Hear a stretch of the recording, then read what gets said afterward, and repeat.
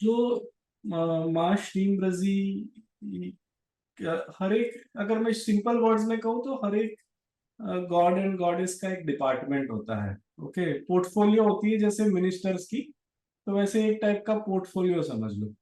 तो श्रीम रजी जो है उनका 200% लाइफ मतलब स्पिरिचुअल ग्रोथ और मटेरियल ग्रोथ, मतलब आध्यात्मिक और सांसारिक दोनों लाभ उनके प्रोफाइल में, दोनों चीजें हैं। One of the rare goddesses who takes care of both the aspects.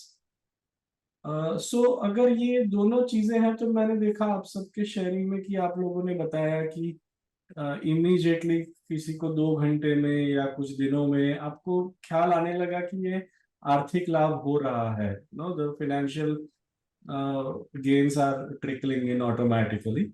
तो वो एक डेफिनेटली है। दूसरा कि द वर्ड्स इटसेल्फ, ये जो साउंड है श्रीम रजी, उसके भीतर आपके आपका कर्म जो है उसका विमोचन करने की शक्ति है।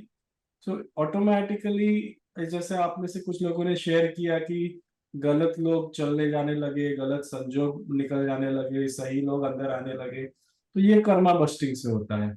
So that is another part, another natural aspect of the sound, as well as another natural aspect of the archetype or the deity। और तीसरा बैलेंस।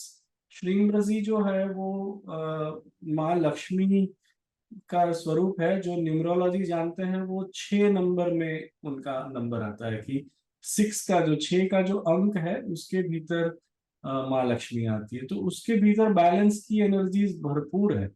ये आपको कहीं हमारी साइट्स वगैरह पे ये डिटेल नहीं मिलेगी, पर उनके भीतर भरपूर बैलेंस की एनर्जी, तभी तो वो 200% है ना। तभी तो वो आध्यात्मिक और सांसारिक दोनों लाभ देती है, उनमें बैलेंस की एनर्जीज है। तो आपके जीवन में जहां भी बैलेंस नहीं होगा, वह सब अपने आप, मतलब कोई हो सकता है कोई व्यक्ति काम में बहुत दौड़ता है, परिवार को ध्यान नहीं देता है, या कोई परिवार में बहुत उलझा पड़ा है कि काम को ही ध्यान नहीं दे पा रहा है, कोई इतना दौड़ता है कि स्वास्थ्य को ध्यान नहीं देता है, कोई अच्छा खुद को भी ध्यान दे रहा है, स्वास्थ्य को भी ध्यान दे रहा है, पर संसार के लिए कुछ नहीं कर रहा है। तो ये जो 8-10 डिपार्टमेंट है लाइफ के, ये सारे के सारे बैलेंस में चलने लगते हैं अपने आप। ये एंगल हो सकता है आपने सोचा हो ना सोचा हो, लेकिन अगर आप सोचेंगे अभी, तो अगर आप कुछ महीनों से भी श्रीनिवास के साथ जुड़े हैं तो आपकी लाइफ में एक प्रकार का बैलेंस आने लगा हो।